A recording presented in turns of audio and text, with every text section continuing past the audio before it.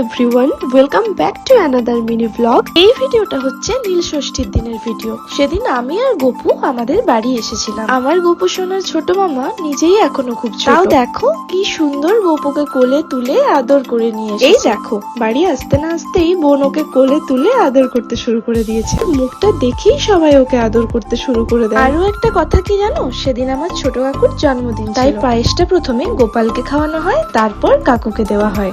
হ্যাঁ, ঠাকুমা আর আমাদের মধ্যে, তাই বলে কি বাবা কাকুদের জন্মদিন পালন হবে না? এরপর একটু রেস্ট করে বিকেল বেলা গেছিলাম জেঠিমার সাথে মন্দিরে। তাই আমিও একটু কাকুকে বললাম সংকল্প করে দিতে। আর সংকল্প হয়ে গেলে কাকু আমাকে বাবার আশীর্বাদের রূপে এই ফুল বেলপাতা দিয়েছিল। একটা সময় ছিল যখন আমাদের এখানে খুব ধুমধাম করে গাজন উৎসব পালন করা হতো। এখন তুলনামূলকভাবে তার থেকে অনেকটাই কম হয়। এরপর সন্ধে হবার আগেই একটা কুলফি খেয়ে বাড়ি ফিরে আসি। তো এই হচ্ছে আজকের ভিডিও। দেখা হচ্ছে আবারও খুব তাড়াতাড়ি।